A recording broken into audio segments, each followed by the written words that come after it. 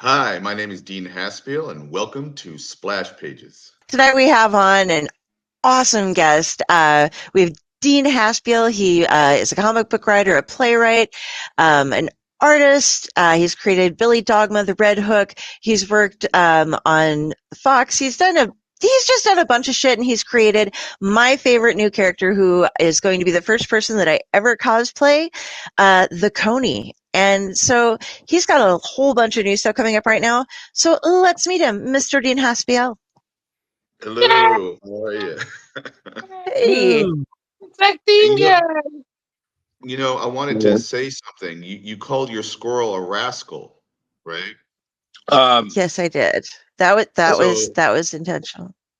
So the Red Hook actually stole his name from another character named the Red Hook in my own comic series because he was formerly known as the Rascal. Yes. It's for like 6 pages or something like that. So, and I've always loved that term. I always thought that who coined the name? Oh, I worked on a comic book. Oh God, famous writer, Pulitzer Prize winning writer, Cavalier and Clay. What's his name? Do you know what I'm talking about? James. Harvey No, not Harvey Pekar? Pekar. Cavalier and Clay was like a giant novel about comics, and I'm forgetting his name right now. And then Dark Horse published a series called The Escapist, and created by this guy. And then a lot of writers and artists would do their interpretations of The Escapist, including Carrie. I did a story with Harvey Pekar of The Escapist, but I also drew a character he did called Luna Moth, and Diana Schutz was the editor. And we were going for that old Marvel style where Stan the Man Lee, Jack King Kirby. So I was Dean the Rascal Haspiel. Nice. Rascal and Haspiel is a little bit of a fudge, but I always love that term. So I'm pretty fond of that word. Michael Chabon? Yep. Michael Chabon, that's right. That's right. Beat me to it, Carrie. I was just about to do it too. I just wasn't sure. Everybody's like, we got it. We're on it. Internet, quick.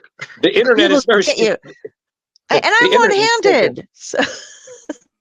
Well, and as you know, Dean, everything on the internet is true. Oh, absolutely. Absolutely. Absolutely. So Dean, if I can start, there was something in your history that I kind of wanted to touch on. In the 80s, you worked with Upstart Associates, right? Which was a studio space.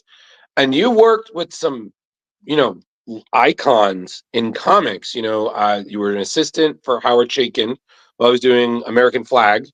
You worked with Walt Simonson on Thor, and for a different studio, you were even working with Bill Sienkiewicz on New Mutants and Elektra Assassin. And I love that you said Sienkiewicz, because that's what we all said when we didn't know how to say his name, which is Sienkiewicz. Okay, cool. Thank you for correcting me. It's a learning moment, a teachable moment right now. We're learning. I know, you're doing great. Is there, you're working with these greats as they're working on stuff that they're, going to be extremely associated, well known with. Are there any stories you could share? Like, were you part of the process? Did you make like a suggestion that became comic book history? Like anything like that? Well, I remember when Walt was working on Thor and he wanted to bring an animal into the fray, and he wanted to be a pig that would become Thor. And I said, no, it should be a frog. I think you should make a frog Thor. I'm kidding. I totally lied about that. No, I do have a story though. I know. I almost believed him. I was like, oh my God, I love Frog Thor. That's one of my. It's one of the silliest, dumbest moments in Walt's Thor run, and it's just like, this shouldn't work, but it really does, and I really want to see it. It totally does.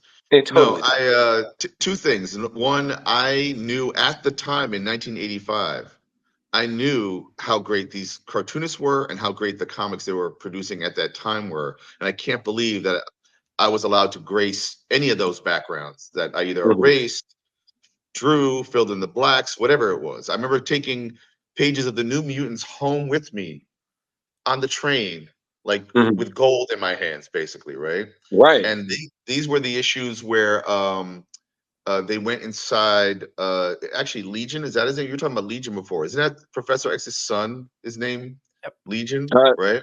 Yeah, David so. Haller. Yeah, the one who has like multiple different Yeah. mutant personalities with different powers. Yeah, it's Legion. And tall hair and all that stuff. And so anyway, Mhm. they were going inside his mind, and at the time, Bill was influenced somewhat on Howard Chaykin. Howard Chaykin was using craft tint to do kind of like a gray tone that was on a certain kind of paper that had film on it, and you would develop it with film developer, and it was already in a blue line, like a Mhm. dot matrix that you could get. And that's when, if you look at any of the American flag art, you'll see like a tone that's like a dot matrix. So that was the Mhm. paper that Howard was using. But then Bill wanted to use a crosshatch, either lines or crosshatch lines, depending on the Mhm. developer. So we were inside, Professor X's kid's mind. It was all fractured and like broken, splintered kind of cityscapes. So he would kind of indicate, or I would just draw some stuff in the background, and then I would do some craft tint. And I was so worried that I was messing it up. I was like, first of all, I draw nothing like Bill, right?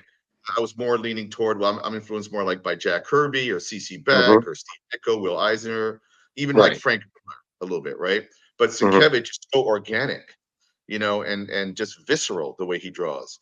It's incredible. So I always felt like imposter syndrome just working on those pages at all.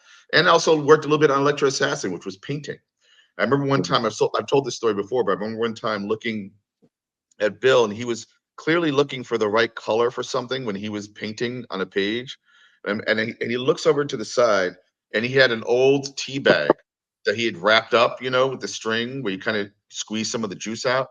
And he looks Mhm. at it, picks it up, and he starts dabbing the page in spots. And I'm like, this guy will use anything to draw with. And it just blew my mind, because we're all about rapidographs, or like, getting out a marker and using, and he's just like picking something out of the garbage basically to draw with.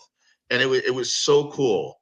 But there's a quick funny story where I felt hazed. I got hazed by Upstart Studios, which at that time housed Howard Chaykin, Walt Simonson, and a guy named Jim Sherman. If you look up Jim Sherman, he was also a great artist. I think he drew a bunch of Legion of Superhero comics, and something Grip Starsky, Steel Grip Starsky, or Epic. Mhm.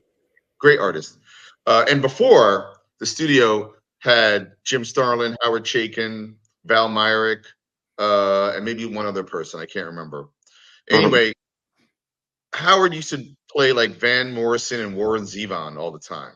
And I'm like, who is Van Morrison and Warren Zevon? Like, that wasn't that kind of music I listened to. The kind of music I listened to was like Run DMC, Prince, Al Green, Funkadelic, a lot of black music. That's the kind of stuff I grew up on, right? Like Planet Rock, Africa Mabad, and the Soul Sonic Force.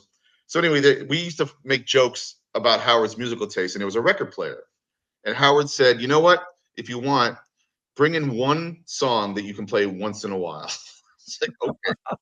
So it was Prince's Little Red Corvette on a 45. And a 45 was just like a smaller single. I don't even know if they make 45s anymore. Maybe they do. Anyway, I had this 45, and once in a blue, I'd play it, and he would make fun of Prince, whatever, fine. That was just the way it worked out, our dynamics, kind of goofing on each other.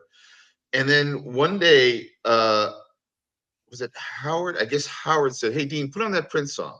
I want to hear it again. And it felt a little odd. Like, why is he asking me to put it, So I put on Mhm. the song. I go back to the art table. I'm drawing a little bit. About 30 seconds in, Walter Simonson just kicks over a file cabinet, and he gets super angry. He starts stomping around. And by the way, if you've met Walt Simonson, he's like the Mr. Rogers neighborhood of comics. He's the Every nicest guy, day. Yep. right? Every day. So I'm like, what's going on? What just happened? And he starts screaming and cursing and using all this foul language about how he fucking hates Prince and what's wrong with you? And I'm like, and I want to say to him, Howard told me to put it like what?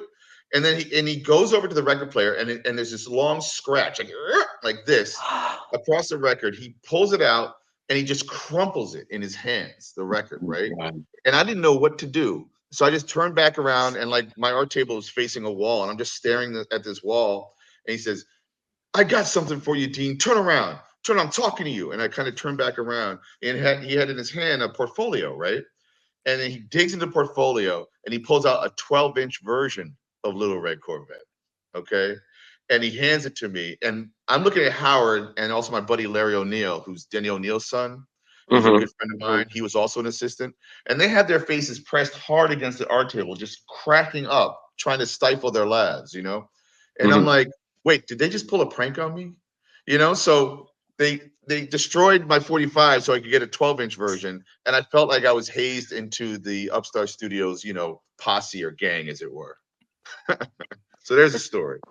Well, I'm terrified of Howard Chaykin. So she really is. Like, literally, when we were contemplating like people, and I was like, "What about Howard Chaykin?" She's like, "No, she's like, he scares me." And I was like, "Why?" His presence is just very like, I'm just so scared. And I'm like, "You interviewed like all these people." I told her, I said, "I feel like you interviewed Brian Azzarello like you were talking to a pit bull, but you gave him a bone." Like, in some ways, I feel like Brian a little scarier than Howard.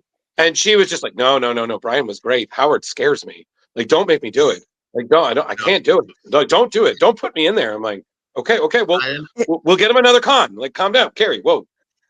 I understand why you might feel intimidated because he does have a certain persona, but at his heart, he's a pussycat, just like all people who are like that, you know. And if you start talking about torch songs or theater or musicals and let him sing a couple of songs, you're in. You're good. Carrie, there you go. You love those things. You love musicals. Yes, I do. It came from at Terrificon when he had his panel with Monty Keene, and it was supposed to be like old school and new school, and he was like, "Fuck that. What we're going to talk about now is how in the world any of you people in comics are actually going to live, because you cannot make a living writing comics." And he did that, but I have never heard, like, I learned tons of new words to insult and like just destroy people from him. And I loved his passion, but like one of the first things he did was he was like, "Okay, so how many people have read anything I've done besides Star Wars? Or can name it to me." And I'm like just hiding behind the camera, like, I'm not going to raise my hand because if I get anything wrong, I'm going to be in trouble. But now he's looking at me because he's like, "Why are you even here if you don't know what I'm doing?" And I'm just like, "What the fuck am I going to do?" So that was that's and if you remember, I was there, and I guess I didn't realize you were there because I don't think we had met yet. And if you remember, you're behind me. Howard and Marty were just talking a lot, and then I felt bad because I started talking from the audience, and I felt like I was the third unofficial member of the panel, and like I felt bad for the moderator because he kind of didn't. He might have started the conversation, but he definitely was left out by the end. You know? Yeah. No, you were doing great. And because I was like, "Oh yeah, I'm going to be interviewing him later," and then it was like, "Oh, we have problems." But okay, we're having, Amanda's saying that there's a bit of an echo going on, and Jen would like to say that you have a very cool studio. So that's my girlfriend Jen, and I guess her sister Mandy, Amanda, is also watching. I guess she's getting an echo in California, whereas Jen is in Brooklyn. So there was one other question I have, and then Carrie and Leo, if you want to ask. So I also learned that me and you have a very similar connection. We're both alumnus of SUNY Purchase. Oh, wait, did we talk about that? Yeah. Well, no. I just, when I was doing research before the thing, I was like, "Oh," and I was like, "Wait a second," and I was like, "What?" Like, because I went to that's where I went for undergrad. So what did you study? I studied history. And what years? I was 05 to 09. God, I don't remember when I was obviously like the either late 80s, early 90s, because I'm 57. I'm a lot older than you guys.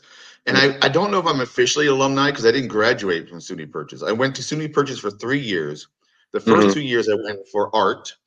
And I wasn't really digging it because I did comics. I wanted to make comics, right? And art, you're doing painting and sculpture and this and that. And I was like, that's cool, but that's not what I want to do. What I want to do is storytelling. And then I was hanging out with all my friends who were in film school. And film was where I wanted to make movie, tell stories, show stories.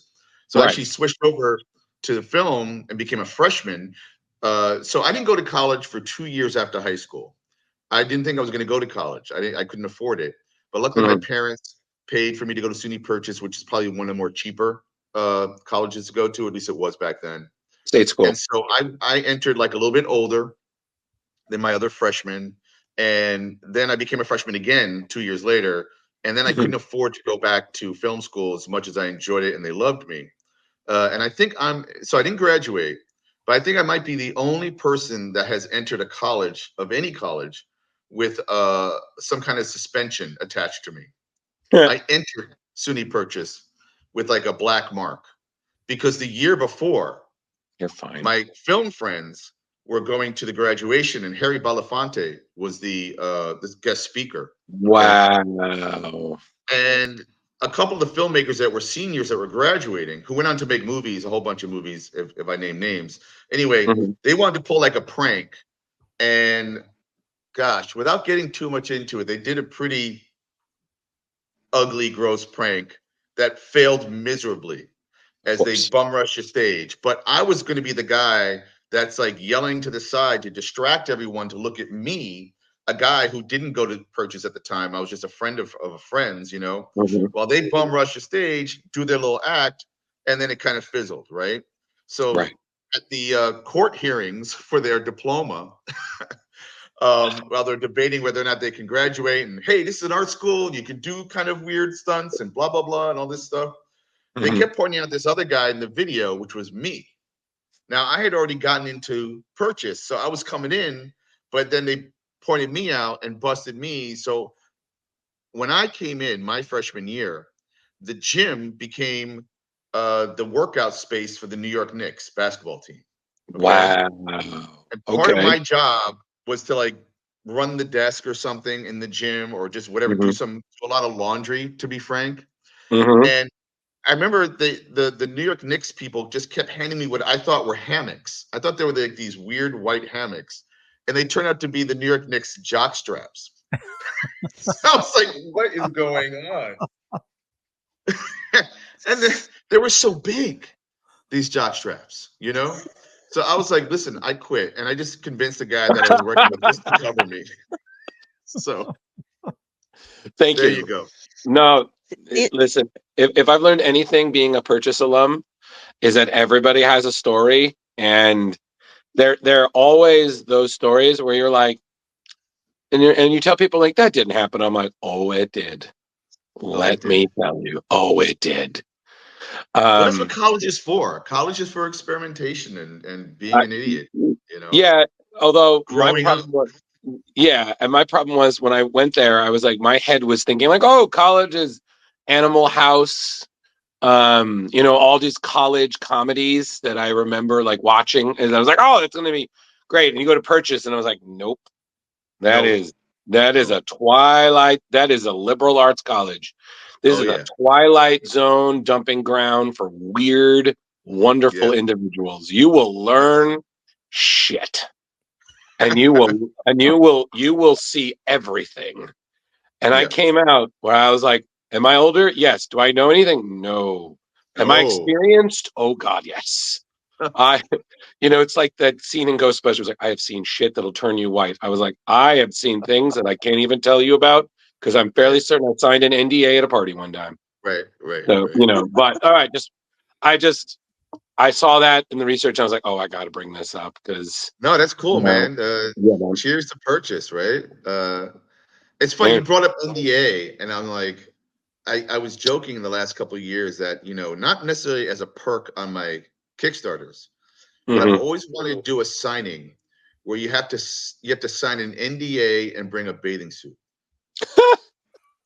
Well, I remember it's that what was it, the comedian Pete Davidson, because he was in James Gunn's Suicide Squad, and apparently he wouldn't stop talking about it during his like stand up.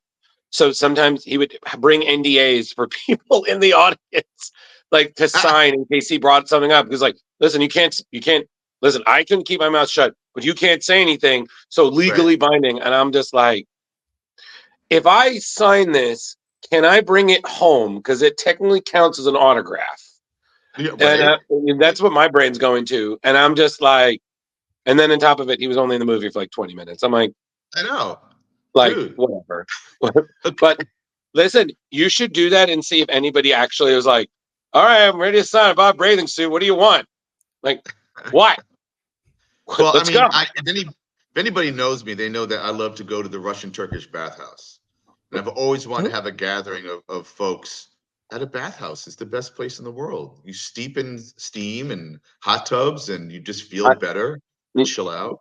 You know what? I'm going to say that. I'm going to agree with you because I, over the last year or two, discovered how amazing Korean spas are. Oh, yeah. And I feel I enjoy that so much as a group, much more than I ever did going to a bar. Like me, I'm like, we can go to a bar, but I feel like let's bond, sweating our ass off in an extremely hot room. Yes. You know, and then we'll have, you know, Korean fried chicken later, which let me just tell you, delicious. Absolutely, So, man. Yeah. And you can, you know, gangsters do it, CEOs do it.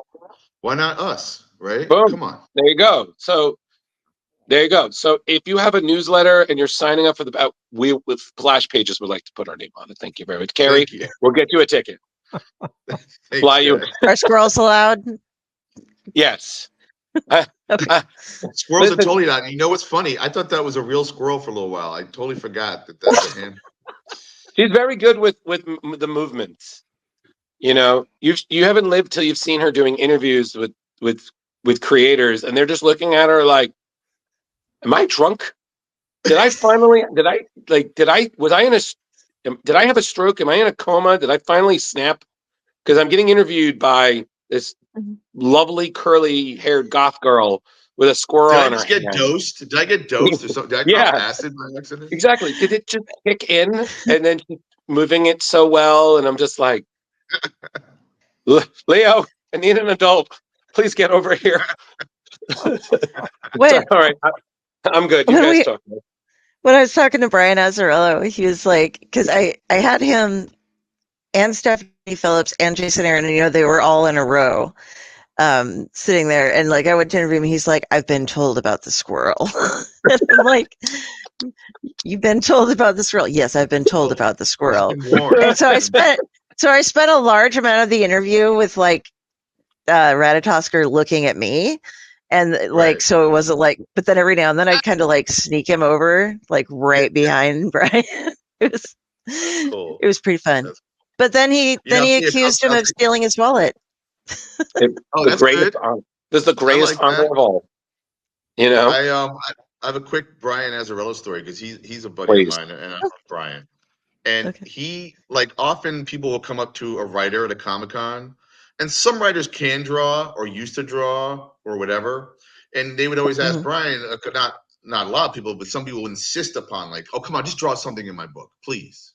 You know, and he's like, no, I don't draw. And finally, he told me this story where push came to shove. He said, all right, I'll draw something. So he, like, pulled up the book, right, the sketchbook, and he starts doing some art with the guy not being able to see him, right? And he starts to go, what's your name? And he just puts down the guy's name. And then little by small, he turns it around and you see like what looks like a circle like this, right? And the guy's name. And he starts to draw some weeds, some dead flowers, the bottom. And really what he was drawing was a tombstone with the guy's name on it. And he was like killing this dude, you know? That's how we doing this night? We're doing all right. How you doing? We're doing good. All right, Carrie, Leo, I've asked my two. You guys, you by the laws of interviews, you can go. Okay. We're allowed now. We get to go. 100%. Okay, so we're gonna get into all your new stuff right away as soon as we cover a little bit of the old Red Hook. And I have summed it up into like I'd given Leo a list of pages, and instead I've just grabbed 2 pages that allow us to kind of just wrap everything up together. Okay, so what happens is there's a bad day in Brooklyn and things fall apart, and Brooklyn basically secedes from the world. And it becomes its own sovereign nation, and art becomes one of the main currencies. And there is the Rascal, who becomes the Red Hook, and he's got a girlfriend, the Possum, and his mother is also a crime fighter, the Coney, and I Coney. love her. And so there we have the Red Hook, Possum, and the Coney, and she's so amazing. And Thank you. so yeah, he goes between being like a crime fighter on accident because things happen and plot and it's fun, but that's what you need to know is that it's a great, That's hilarious comic book. That's the basics. And there's a lot, obviously, more to the story because of playing with the idea of a seceded Brooklyn and Brooklyn's sentient, and her heart is broken by the toxicity of the world to start her own, unique republic, blah, blah, blah. But then there's this pandemic of heroes and villains. And so our guy, our hero, the Red Hook, originally is basically a criminal, right? Not a bad guy, but just, fallen in that way, right? Right. And then because of a series of crazy happenings, a demigod who's dying grants him his superpowers to do good with. So he forces that upon him or he'll get killed. He literally wraps his hand around the Red Hook's heart and cuts off his arm and then like melds it into his chest with a superpowered sword as well that he can just punch his chest and pull out at any time, which is crazy, fun comic book stuff, right? But that means that if he's walking by like somebody doing something bad to somebody, instead of being able to just keep walking and disappear, he if he starts to walk away, this demigod's hand starts to grip his heart and crush it. So it starts to kill him. So he has to go do good things. And that's like the first season or two of a 4.5 season series that I did at Webtoon. And little by small, he comes to own being a good guy because he realizes that that has more value to life and he wants to be a good person. So that's part of the story. But his mom, the Coney, the character that you love, is probably my favorite character is his mom, is a vigilante that, I riffed off a little bit on the Punisher with her. Thank you. She kind of has a similar origin, and it's funny because when I was looking up, a lot of the characters in the Red Hook are based on neighborhoods in Brooklyn. Like the Flatbush is Flatbush, New York. Oh God, who else is there? The Coney is Coney Island. The Green Point. Bensonhurst. There's Green Point. What did you say? Bensonhurst. Bensonhurst, which is Bensonhurst, is Bensonhurst, so I played a lot with those names. But with the Coney, I didn't realize the Coney was a rabbit.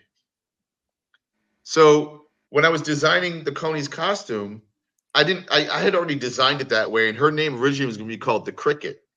But then there was a cricket out there somewhere. I looked it up, and I was like, well, I can't use the cricket. And it didn't even follow with my own kind of like idea of trying to give characters neighborhood names, right? So I was like, well, her kind of weird flappy pincers or whatever could be kind of like construed as rabbit ears of some sort, right? And she got X's for eyes and just like wears this kind of like black baggy kind of clothing with bombs and all that stuff. So I was just riffing off a little bit with the Punisher, but she started to become like my favorite character because she's so conflicted because she's been traumatized by what happened to her family that she is wholeheartedly 100% focused on trying to get rid of bad people, and even though a lot of bad people the more interesting ones are complicated, just like Thanos. Thanos is a complicated, bad guy in some ways, you may disagree with his methods and his idea of like snapping his fingers and getting rid of, half of populations all over the galaxy. But I understand where he's coming from a little bit, right? Even though it's wrong. So, or Magneto or whatever, all really good villains. So she's not necessarily a bad guy, but she is a vigilante. And she has a lot of pain and torture. And Carrie, I was wondering what you related to in the Coney. I just really love her as character. Like she goes through and she's a practical character for one.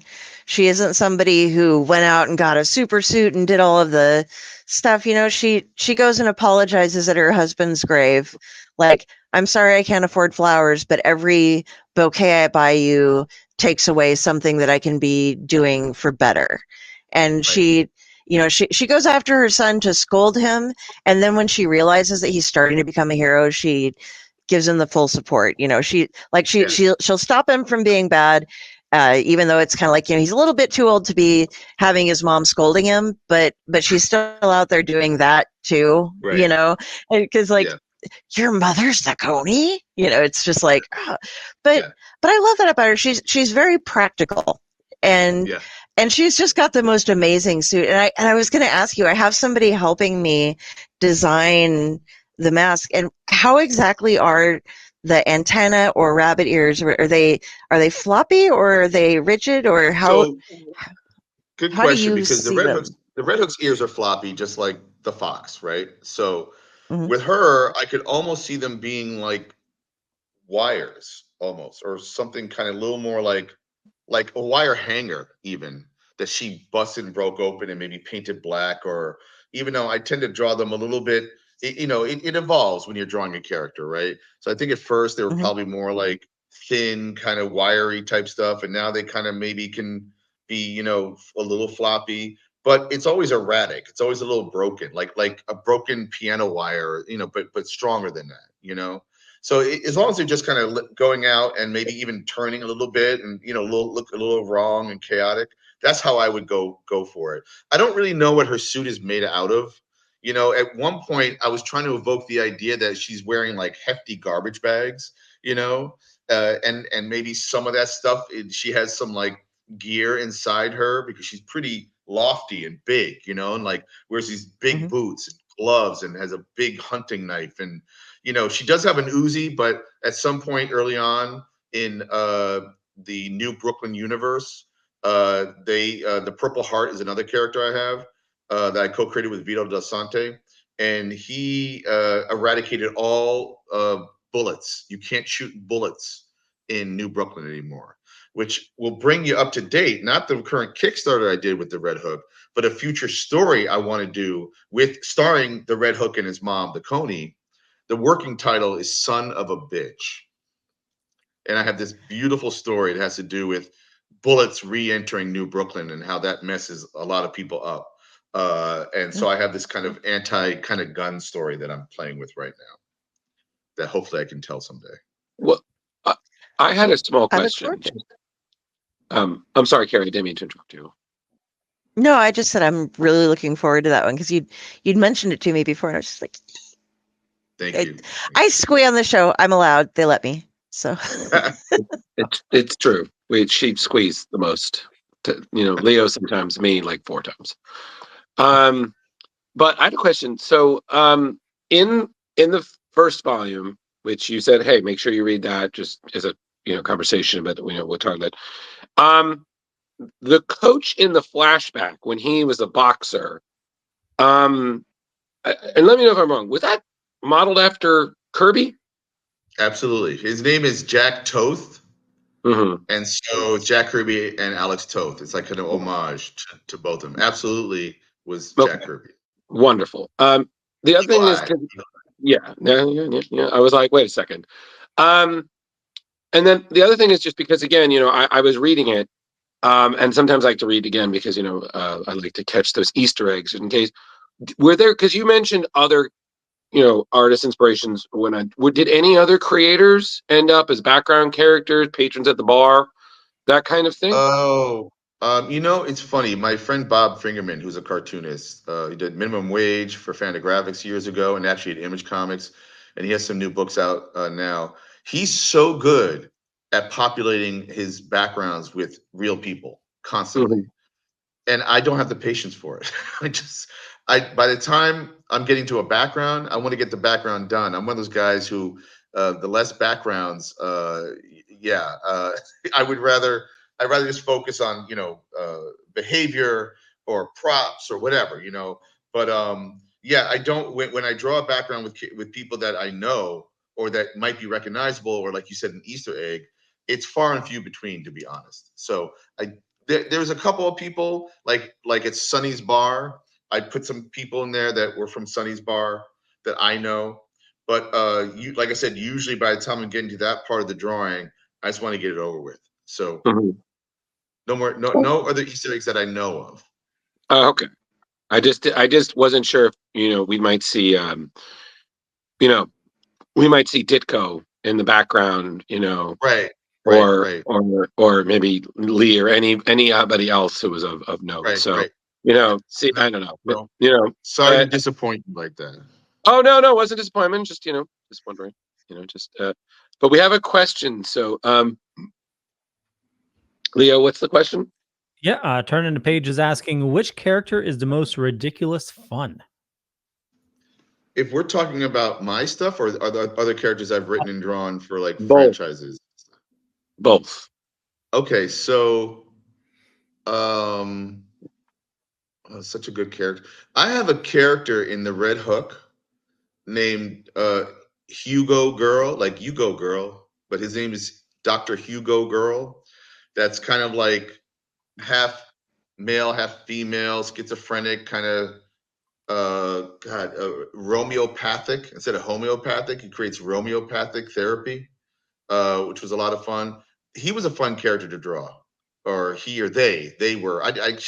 Even I'm confused by the gender, and also I don't want to step on any toes when it comes to that. I did it in respect and fun of a character.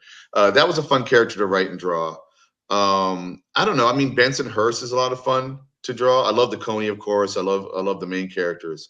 But whenever I kind of got a soft spot for Benson Hurst because for a while, and he wears like a wrestling mask.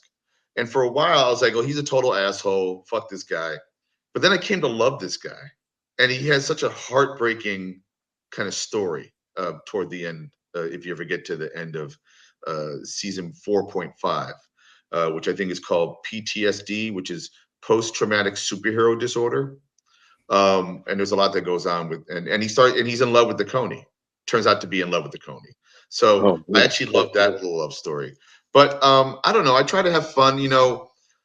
Early on in my comics making career, I recognized that is it Chester Gould who created Dick Tracy, right? The Dick Tracy villains look like their names, Prune Face, all these different, and I was like really on the nose. But I love designing a character that either looks exactly like what you think the character is, or the exact opposite. Right. So like, I don't know, even when I was working on certain villains for the Red Hook, I thought it was one thing and I realized, oh, it's actually a whole other thing, when I looked up what the origin of the name was and stuff like that. So and then recently I did a character called Chest Face, which is my current campaign, which is a lot of fun to draw. Fans of Jack Kirby there he is. Fans of Jack Kirby will recognize like that I like the Thing in this character design, and also Arnim Zola, who's a Captain America villain, where he has his face like a monitor on his chest. And also fans of Bugs Bunny, the character Gossamer, the pink kind of furry monster that Bugs Bunny tools around with sometimes. So he's a fun character to draw, and trying to figure out like his anatomy and where his eyes go and his mouth. And yet he's fun to look at. I mean, I just want to laugh when I look at this guy. It's very rare that I draw a character that constantly brings me smiles, like Chest Face does. No pun intended. And I had a character called COVID Cop that was a lot of fun to draw. Yes. But in terms of franchises like Marvel and DC, God, I've worked on a bunch. I remember drawing a Wonder Woman story that Neil Clyde wrote, where Dead Man was in it a little bit, and I didn't realize how much fun Dead Man was to draw. And also, I drew Wildcat. Neil also wrote a story with Wildcat and Perry White that we did a story with. And I realized, oh my God, I love Wildcat. But I like boxing characters. I like kind of those street level characters. Right. And speaking of, personal touch onto your stories, you also did a story where, in a very meta way, you met your character, right? Red Hook, Dean Haspiel. So, you're working behind the same bar and you're even talking to him about the creative process. Like, meta moments aren't impossible. They happen they happen quite a bit in comics. But what inspired you do that, and what was like? Were there any challenges there? So there was a bunch of challenges because, you know, if anybody says to you, "Oh, the creator is going to meet the creation," right? And they're going to like talk about that in some way. I actually talk about creativity, but I don't have him acknowledge, or I don't have a version of my persona, my character, acknowledge that he is the creator of the Red Hook, because I feel Right. like that would just mess everything up. And also, it's not even a conversation piece for them, because that's not what the story was. It was a Right. speculative memoir, right? Mm-hmm.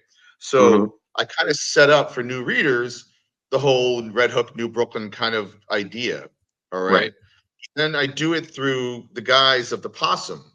And they're just like in this domestic situation. It's a bar situation. The whole thing takes place at a bar, right? Yeah. And then we jump cut a couple of years and we find out that the possum, spoiler, is dead. Okay. Mm-hmm. But you know, he's starting to feel like, am I wearing the mask, or is the mask wearing me? That's the Right. Red Hook thinking about this. There happens to be a person that's kind of like the unknown soldier of New Brooklyn, who like is holding the bar down because his lover went off to fight or to deal with when the secession happened, right? Mm-hmm. Because I was going to talk about what was the fallout. Give me one person, and when like that was just kind of normal, instead of all the people who dress up in superhero costumes and fight each other, and for all the various reasons, I wanted to have somebody that rooted, you know, New Brooklyn, and be this person who we ultimately find out. I don't want to give too much away, but it's kind of like a ghost love story in some ways, you know. Mm-hmm. And when my character shows up and he's like trying to bartend, he's like, I can't do this. I should be trying. But guess what? It's really hard to make comics, you know. And he starts talking about this thing, and then it goes from a speculative memoir to actual memoir for one page, when my character talks about something that actually did happen to me, because I haven't hung out with the Red Hook in a bar, okay? But I was on an F train when someone was trying to terrorize this passenger, and I kind of Right. helped her out. And was I heroic, or am I doing the right thing? What is being a hero? Is it just doing the right thing? You know? And so I wanted to bring that out. And then there's more to the story that happens, including acknowledging the life and legacy of the possum through another female character. Okay. So I kind of put all this stuff into only 24 pages. And I tried to make it look like, you know, an autobio comic by making it grayscale, you know, and just be a black and white comic. And part of Mm-hmm. what I was thinking was, well, I've drawn a lot of Harvey Pekar comics, American Splendor, and I've done my own autobio. I've drawn an autobio, semi-autobio with Jonathan Ames on The Alcoholic, with Enverdo Mm-hmm. Lopez, Cuba My Revolution. And Mm-hmm. so I was like, well, what if instead of Peter Parker becoming Spider-Man, what if Spider-Man became Peter Parker? In other words, you go from being like this action hero to slowly, little by small, you're like a bartender working at Cheers or something like that, you know, Right. and just with locals in Brooklyn. Instead of, and then maybe it's not Peter Parker, but maybe it's Peter Pekar, you know, and that was kind of like where my brain was going, in, Right. you know, in terms of sensibility and trying to kind of figure out what this story could be like tonally. Mm-hmm. And Mm-hmm. I hope I pulled that off. Yeah, you did, definitely. Right. Thanks. You smashed a lot into a short period of pages, a short amount of pages, but it all played out. We caught all the different nuances through that. It was just beautiful. Yeah. And I yeah, No, okay. that I just don't show too much. Nope, nope. But I did love the character, the one who's holding it. You named him very cleverly as well, I thought. Yeah. Yeah. Unmarked Bill. Yeah, I was going to ask, having read a lot of your work, are you a fan of puns? Because I'm just noticing a lot of, through your I like work. alliteration. I love puns. Yeah. But you know what? I'm corny as hell. Okay. But I feel Thank like I you. have a lot of heart in my work, you know? So, like, I also feel like when I've worked on serious stories, especially Mhm. autobio, I realized that the best way to impart a message is through levity. If you can laugh a little bit, and then Absolutely. it's an easier pill to swallow if Mhm. you know there's a little bit of humor surrounding something serious, you know. So I try to throw in something meaningful, make a meaningful story, but then I'll throw in a wrench of like, what a corny name, or why have you just done that to my brain? And I can't help it, because like it keeps me being creative, you know. It makes me have fun with the work as well. Yeah, so absolutely. Yeah, I just wondering. And then, guys, if I may, just another question. You worked with a lot with the late great Harvey Pekar. You know, and I have to ask, especially since American Splendor is considered a staple of American comics in a way that very few comics are. What was that like working with him? Do you have any stories you wouldn't mind sharing? And then the last question would be, how did you feel the movie where Paul Giamatti was Harvey? How did you think that was in terms of as an autobiographical tale? So I'll start with that, which was another thing I should have mentioned. What inspired the Red Hook X Dean Haspiel was that scene in American Splendor where where Paul Giamatti playing Harvey is in a scene with Toby, the guy who Judah Freelander, who plays Toby, and they kind of yell cut, and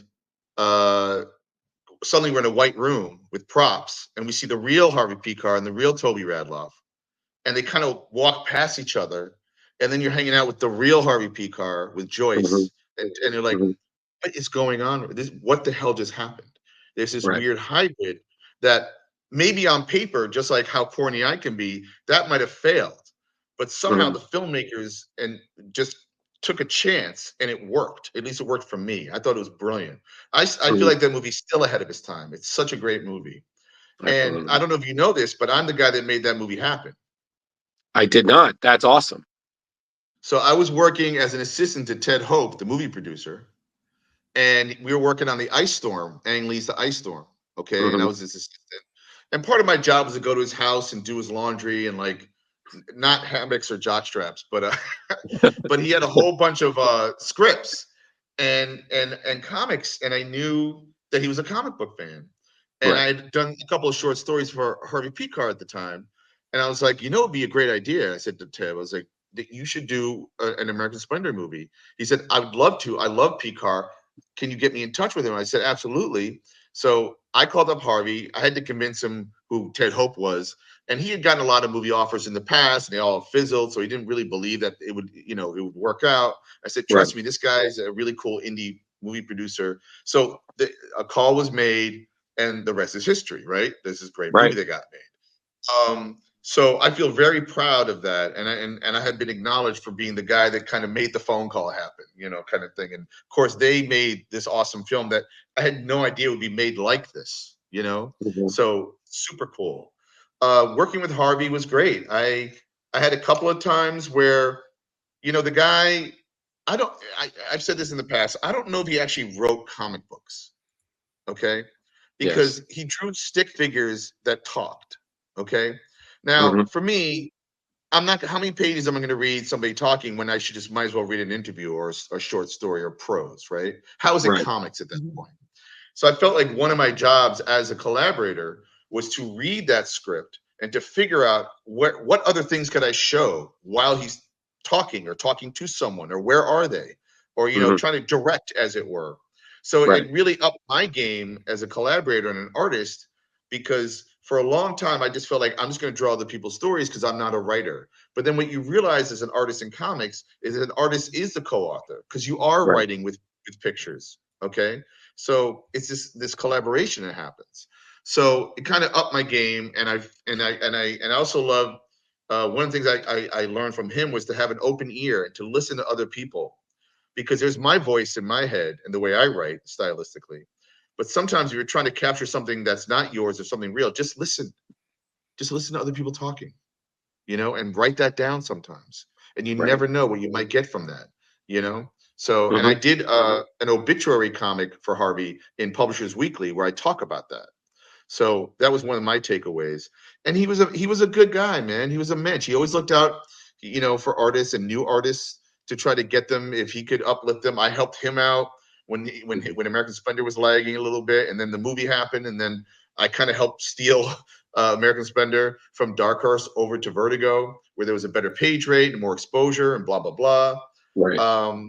And yeah, no, I mean, it was fun. It was fun. I miss the guy, like I can't believe. And also, when you say that American Splendor is like one of the perennials in comics, the crime is where can you buy them?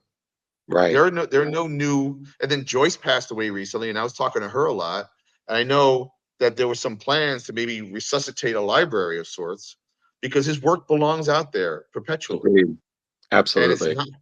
And it's a tragedy because he's one of the progenitors of Autobio Comics. Mm-hmm.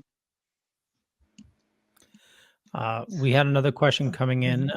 What's the hardest learning to tell a story in 24 pages or less? Well, listen, comics is an economic art form. It's a series of shorthands. Okay. Whenever I talk to a new rookie cartoonist and they want to do their 300-page magnum opus right out the gate, I'm like, whoa, pump the brakes for a second. Like, can you write and draw a 6-page story that works? Can you? Right. Make it 1 page. It's even harder. Okay. Like the great thing about Archie Comics is they tell whole stories in 5 pages. Yep. It's kind of unbelievable that they can do that and pull that off, right? So it's actually harder to do. It's not harder to do 24 pages, but it's harder to do 24-page a whole story than if you're given 200 pages for obvious reasons. So the things you got to cut out. I did a Fox story recently, a couple of years ago, that I was given a 20-page amount of space to write a story. I wrote it. It was pretty tight. And then the editor came back and said, shoot, we can only give you 12 now. And I'm like, what? So I had to surgically figure out how to excise 8 pages and still make the story meaningful in 12. And it kind of bummed me out, but it's all economies, just figuring out. And always think about this. How do you earn the next panel? Right. Why are we going to the next panel? What's happening? And sometimes you play with cinematic moments where you can do a repetition of something and there's maybe a little tweak, and that's a stylistic choice or that's a narrative choice. But why are we going to the next panel? And what's the last panel ultimately? Stuff to think about. I don't know all the answers, but that's something to think about. Absolutely. You can definitely overdo it too. I don't, and Drew's gonna yell at me for bringing this up again. But a couple of years ago, there was a 40-issue arc in that DC did that was absolutely insane. It was pure overkill. Just Fear State, Drew. Oh, thank you. What was the story called? Fear State. Was that Batman or something? Yeah, Batman. Yeah. Who wrote it? It was one of Carrie's favorites. James Tynion was the head architect. Okay. Yeah, it was it was a Scarecrow story. It was following after Joker War.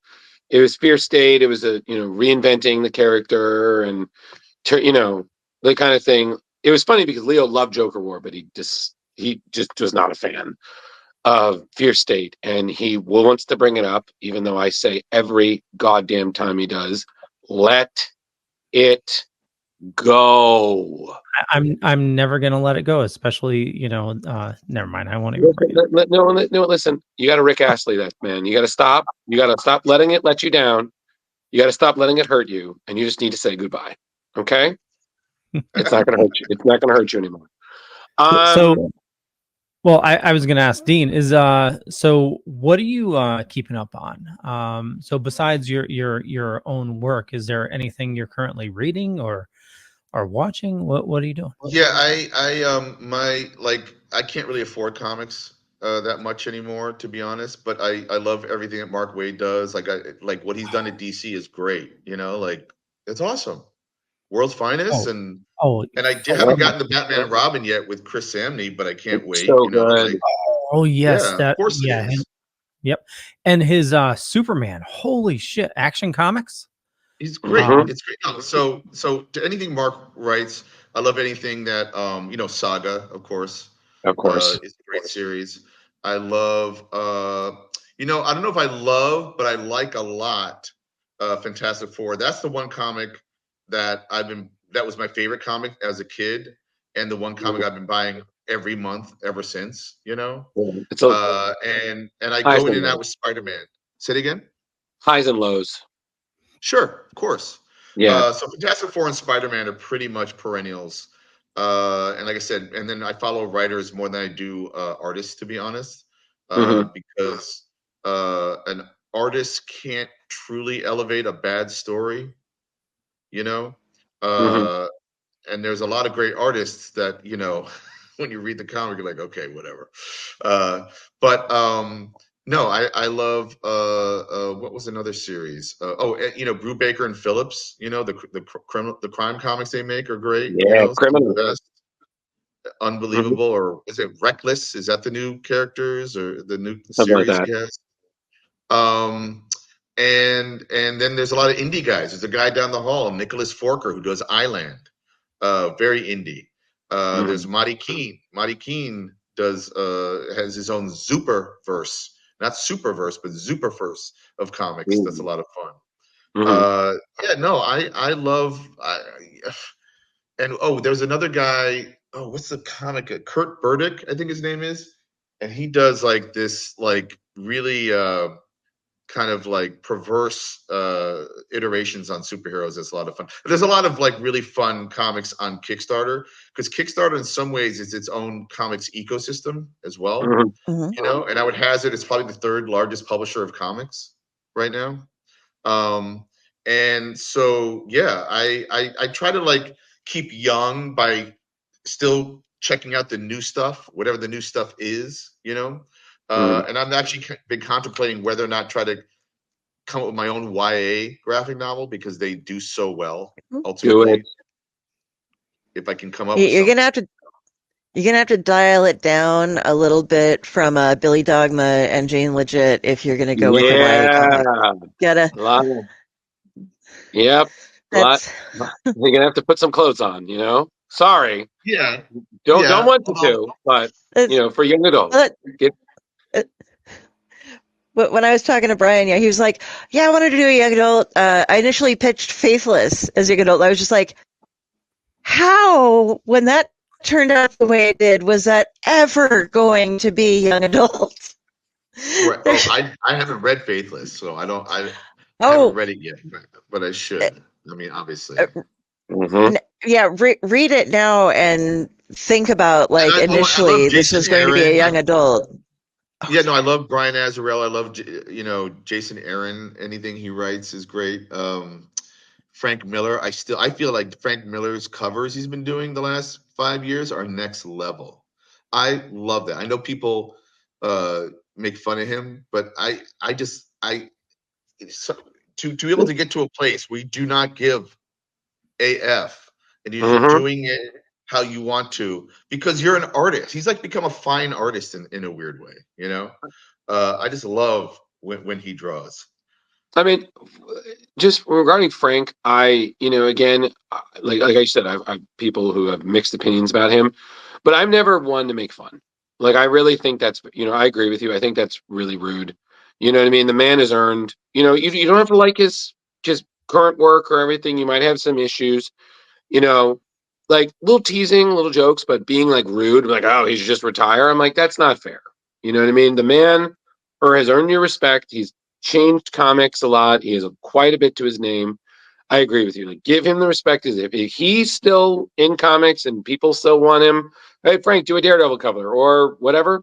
Go for it. You know, like it's Frank Miller. And Howard Chaykin is still killing it with all his comics ideas. You know, like I know he got some flack for Divided States of Hysteria, but I love that comic. I thought it was fantastic, and I wish he would return to that series because it was so good. I know he's got like a Fargo graphic novel coming out, and he's been doing his Hey Kids comics. But no, Chaykin is a master, you know, and Walt Simonson, whatever he draws. I mean, Sienkiewicz, you know, Dennis Cowan, who was also in that room with Sienkiewicz. You know, these guys grown to be masters, and I appreciate these guys, especially when they get older, because we already love the stuff that gave them a name. Okay, you know, and I just want to see what happens next. Where does it go? If you look at their earlier work, it maybe wasn't up to snuff to the work that you came to love. Right. But then, there's a whole journey here, and people just gotta. You cannot like it, or you can like it, whatever. No, that's up to you. But to diss people for why? For what? Well, the internet culture is just unbearably toxic to the point where, like, all of us here, we just don't pay attention to comments anymore because it's a lot of one-sided, easy targeting, and naturally we want to defend. Like, I think I can speak for Carrie and Leo that we kind of look at, the creators we admire and are spending our money, Leo, on so many covers. They're like family. That's like our aunts and uncles or grandpas and whatnot. So if someone's going to come at them, I was like, you better have a legit damn reason, because if not, we're going to throw some hands. And speaking of old age, I mean, come on, look at the late great Denny O'Neil. The man was still writing into his 90s. So what I mean, and it's Denny O'Neil. I mean, and God, talk about panels. Terrificon, one of the best panels I ever sat in was at Terrificon. It was him and a couple of people talking about Robin, and Leo and Carrie, this story. He was just like, he's just sitting there at Terrificon. He's like, are any of the Warner Brothers representatives in this room? And we all joked like, no, it's good. And he just goes off on a 2-minute tirade about Warner Brothers, on how garbage they were, about Robin and all this stuff. And it was just like, me and my partner were just sitting there like, Uncle Denny for the win, like let's go, man, like and whatnot. And the sad thing is when they pass, because unfortunately we can't live forever until we have RoboCop technology. I'm just sad that other generations can't get to meet them like we have, and get that pleasure of meeting them. And in our case, we get to interview them, and, or in Carrie's case, we bribe them for the interview. Yes, absolutely. No, Carrie, there's no question. You get results. We're not questioning it at all. But the work still stands. Like you said, kind of weaving back my consciousness here. That's why, like you said, to quote Indiana Jones, their work doesn't belong in a museum, but it belongs in a library, where people can read it and they can understand the genius of Kirby, of Ditko, of Pekar, and all these other greats who, without them, we wouldn't have comics. And you read it, it's like, it's a little cheesy, a little corny. And I was like, well, okay, what wasn't? Also context. Don't forget, like, we live in, like, you talk about the internet, like toxicity, like people don't put anything in context anymore. No, they don't. There was an era and a time, when people did certain things. Like my studio mate, and I hope I don't get in trouble for this, but pointed out a movie trailer today, and she was really interested, and then I watch it, and it's who played James Bond recently? I'm getting old here. Daniel Craig. Daniel Craig. He's in a new movie called Queer. Okay. And he's playing a gay character in the 1950s. Okay. It looks really cool. And I joked, I said, oh, is he allowed to play gay, or can he act it?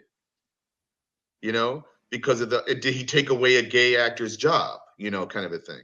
And I'm like, to me, if you're an actor, I think you should be allowed to play whatever you want or can, if you're good at it. That's how I feel. I understand the larger argument of a lot of people took, early on back, if you put it in context, and now you should, you maybe need more quote representation by the actual people. I get it. But also, when you have a really good actor like him, I'd love to see him play whatever he wants to play. Right. It's called acting. I just watched a video clip. No, I was just going to say, totally agree. He's an amazing actor. Him with Knives Out is just amazing. Oh, he's gay in that too. That's right. Right. So and listen, Leo, I agree with you. I've never looked at a donut hole the same after seeing that movie. I was just like, the hell? Like Rian Johnson, I was like, listen, people can crap on you about your Star Wars, but this, yes. Like, yeah. But Carrie, you were going. Oh, I just saw a clip the other day, and it was, I don't know if you guys watch the Graham Norton show or not. I love him. He's an awesome British chat show guy. And they had Stanley Tucci on, and he was like, so you have become the ultimate straight man playing a gay man in everything that you're doing. You're like, that's become your thing. You're the best at it. And he's like, oh, yeah, I guess I guess I do. And then they were like talking about a role that he got that Graham Norton, who is gay, had actually auditioned for, and he didn't get it. So he's talking about it, he's like, you just weren't gay enough. You know, he's just like, what? He's like, there's something about straight men doing it gay that gay men don't do the same. And it just became like it, but then it became a discussion. Like, it was funny, and then it was like, oh, well, look, what do we do? You know, so yeah, no, that is a thing. Is it the same as like British actors playing like Americans? And right. Yeah. Well, they're taking away American jobs. So Drew, what's the Stanley Tucci callback we can make right now? Stanley Tucci callback. Fuck. There's so many movies of his. No, not a movie. What college did he go to? Oh, he went to Purchase. Him and Tucci and what does Tucci and Wesley Snipes have in common? They both went to Purchase. You know, and I know this because there was a while when he was dealing that tax evasion stuff. There was a group that was like, Wesley Snipes is hanging out in alumni. And I'm like, God, I wish. I would love to be like, what was I doing? I think I got really drunk, but I could have sworn I had a beer with Blade. What do you mean? I was like, Simon Phoenix, my man, like right there. I was demolitioningly drunk. Well, here's the big question. You know, when they filmed his getting his diploma, did they have to CGI him opening his eyes? Yep. Oh wait. 100%. Yeah. What? Yeah. So basically, what that's referencing is apparently there was a rumor that on Blade Trinity, which was the much not great end of the Blade trilogy, some of Wesley's scenes, he was so against the whole movie that not only was a lot of it filmed with a body double, but some of the close-ups were filmed with his eyes closed, that they had to CGI his eyes open. And it just adds to how distastefully ridiculous the movie is. I enjoyed that. I liked it. I thought Ryan Reynolds and Parker Posey, who also went to SUNY Purchase. Yes, she did. Yep, a lot of great. I used to hang out with her a little bit. She's great. There you go. What and who? Timberlake's. I love her. Jessica Biel, right? Yep. Jessica Biel. That's a fun movie. I mean, yes, it's a curveball. It's almost like when Halloween 3 came out, and I love that movie, but you're like, where's Michael Myers? What's going on? What happened? You know? Yeah, that's literally, I think Carpenter was like, we're gonna fuck with you. Yeah, you know? But they were going to create an anthology series of Halloween stuff, and it's actually a really good story. It's a fun story, but I remember how disappointed I was because I wanted Michael Myers, right? At the time. Now I respect it. Well, I know, but the horror franchises always try doing that. I mean, the same thing happened in Friday in Friday the 13th.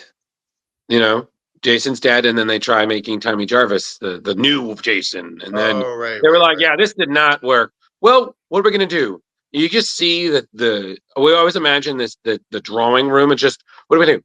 We're gonna turn him into a zombie. It's like, okay, he's gonna get struck by lightning. What year is it? It's 1985. Didn't they do that in Back to the Future with lightning? Yeah, but we're gonna bring Jason back. Genius. I mean, and then you got the 10 million. But I will say the Freddy Krueger Jason movie is great.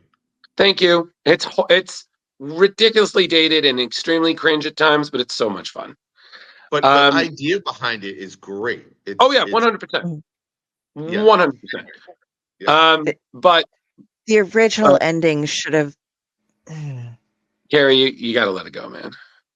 Didn't they film 2 endings for that? One where they did. No, they did, and that's what she's talking about.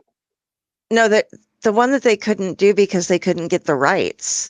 They were going to end it with Pinhead coming down and pulling them all into hell. Whoa! I know. Yeah, but they couldn't get the rights to Hellraiser.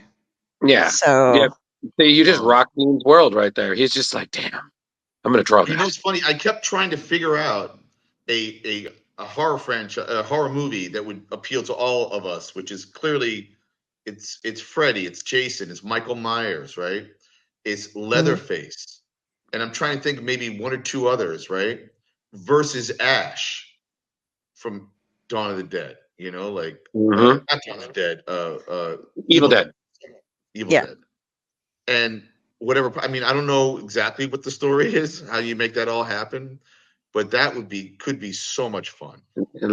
Listen, if they could do Freddy versus Jason versus Ash and it worked, I mean, we reviewed it. It's dumb, but it's great. If it could work, anything's possible. I mean, listen, they've thrown Ash into every combination you can think of: Marvel Zombies, Hack Slash. God, I'm sure there's. I even worked with like Obama at one point. I was like, okay, let's just calm down, guys. You know, even Xena was a few times. Bruce Campbell just made him too damn likable. He's just a dumb idiot with a chainsaw hand. There's a new Ash versus Murders in the Building. I'm kidding. Oh my God. Yeah, Ash versus Golden Girls and Bob Ross. Are you trying to make like a 70s Avengers? That's just what it sounds like. Like when you say only Murders in the Building only works if an Evil Dead Rise. I was like, if it's that building, I'm like, oh boy, that's a lot of murder. So that's a hell of a building.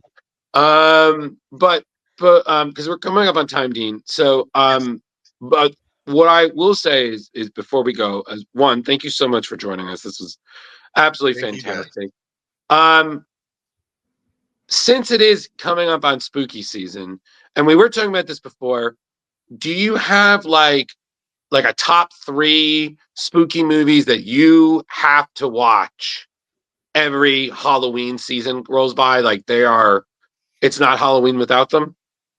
I mean, sure, in terms of the spirit of that, but I could like Halloween really truly is probably my favorite, just because of how impactful it was and the music alone and the Michael Myers character. I also love John Carpenter's The Thing. John Carpenter's The Thing is more horror sci-fi, you know, but I'll throw a curveball in. Have you ever seen a movie called Session 9? Yes. Yes. And you just won more favor with Carrie. Gonna jump through the screen and hug you. I love Session 9. I actually know the co-writer and one of the actors, Stephen Jevedon. That's in that movie. It's such a good movie. And I don't know. I mean, of course, I love some of the classics, like, you know, Texas Chainsaw Massacre. But Texas Chainsaw Massacre is almost like it's like a depressing documentary in some ways. You know, like it's not fun. It's horrible the whole time. Like love Session 9. But yeah, I mean, I don't know. Carpenter, obviously. And I'm trying to think of some other, like, I mean, there's so many good. I actually watched Woman of the Hour the other night, which is new on Netflix, about the serial killer that was on the dating game. Yes. Oh, yeah. Good. It was well made, you know. Not a lot of insight into it, but you know. I'll tell you what's fun. Did you guys watch the monster series Dahmer? No, I heard it was really good. It's really good. It's really well done. Carl Franklin directed a bunch of those. He's a good director, and it's very different tonally from the other series that guy American Horror series that are a little more cornier, to be honest. The bits I've seen, but this is a little more like genuinely spooky and scary. You know, like, and it's because you know what's scarier than monsters? Real people. Every day. You know, so every day. All right, cool. All right. Leo, do you want to ask? I know you were going to go through the thing. Well, we essentially asked earlier, you know, what he's reading. Is there anything that you work out about? You know, do you play games? You mentioned records earlier. You know, it's speaking of Larry O'Neill and another pal of mine, Mike O'Shea. Mike O'Shea is the writer director of a movie called The Transfiguration. If you haven't seen that movie, that's another great horror movie. The Transfiguration. He got me starting to play board games, you know, and cards. Nice. And so one of my favorite games is a game called Decrypto. Mhm. Have you heard of Decrypto? No, It's I great. haven't. It's great. Do you know Codenames? No? All right, so it's kind of like a word game, which is a lot of fun. There's a card game called Parade that's a lot of fun. But I don't get the games. I just play the games with my friends, you know, and then I sit in and I learn them. I'm still learning poker, you know. So I have played a bunch of those games. I don't play a lot. I don't play any video games. I know that video games is a huge thing. I haven't done that.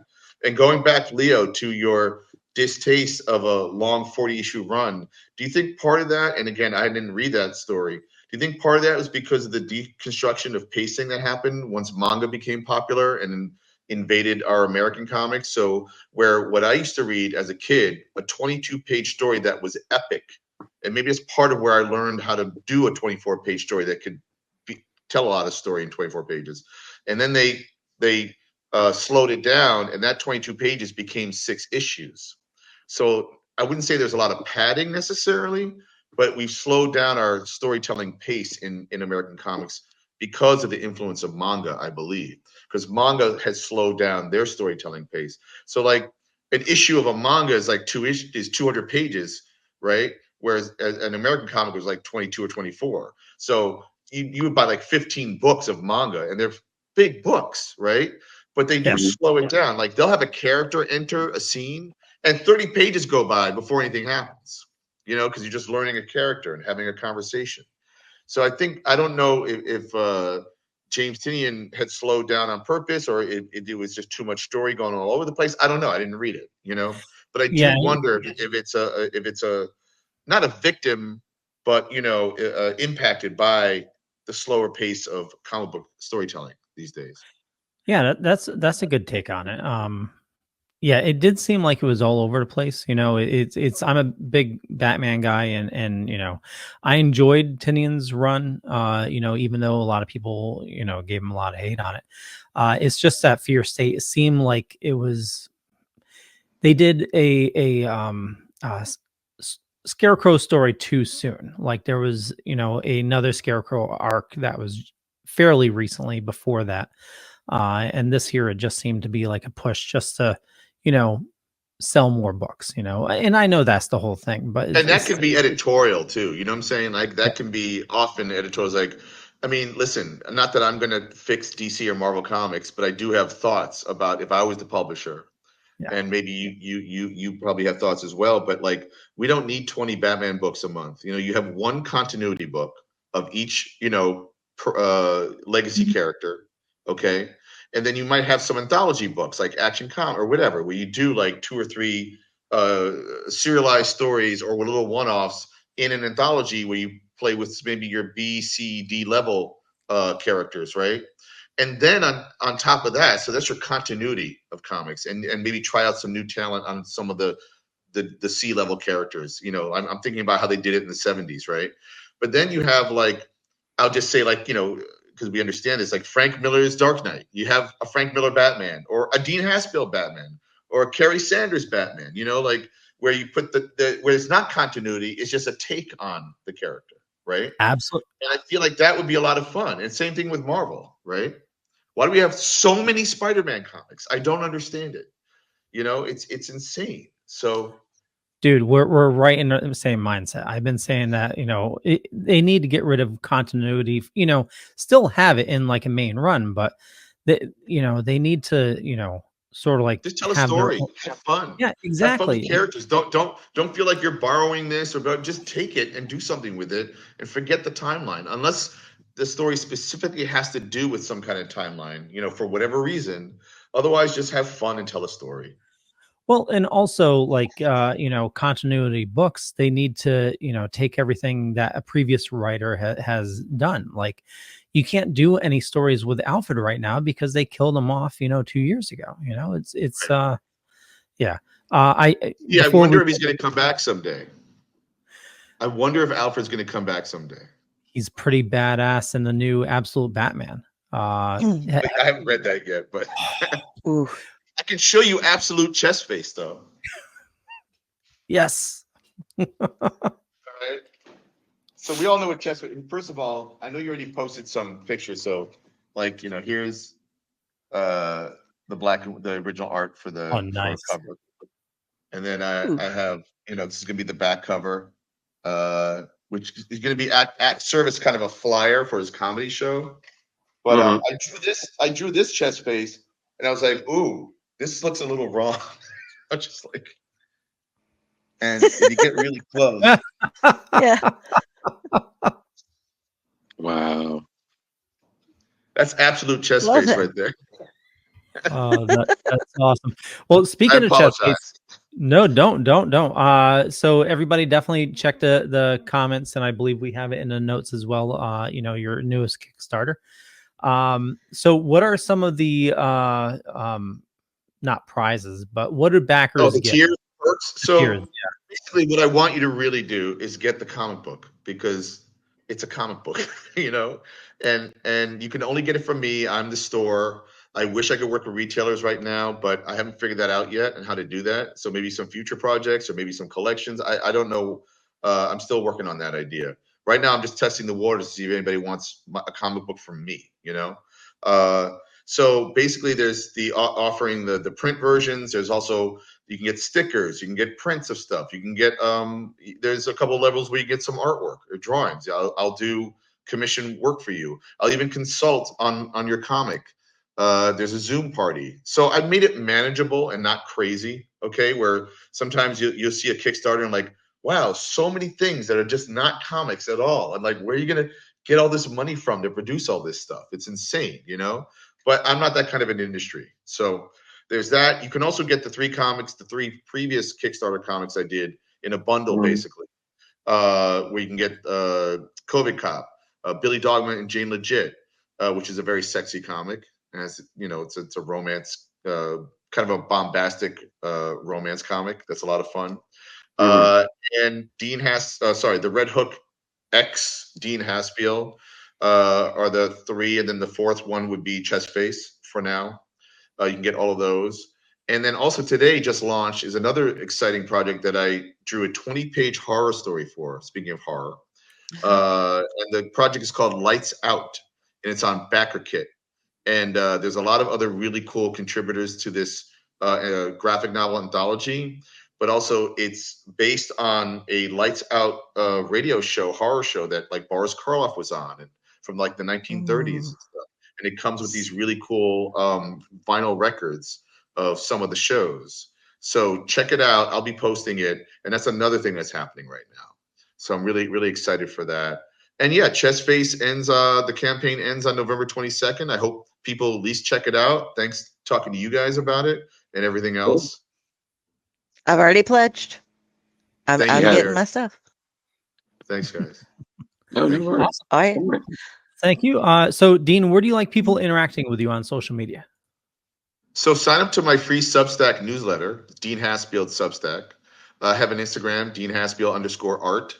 And I'm also on Facebook. If I'm like the older crowd. Facebook is where I actually can talk to people. Yep. Instagram is more pictures, and Substack is like a newsletter where I kind of promote stuff, and I sometimes write the occasional essay about the industry or life or something. I absolutely. So those are the 3 main places.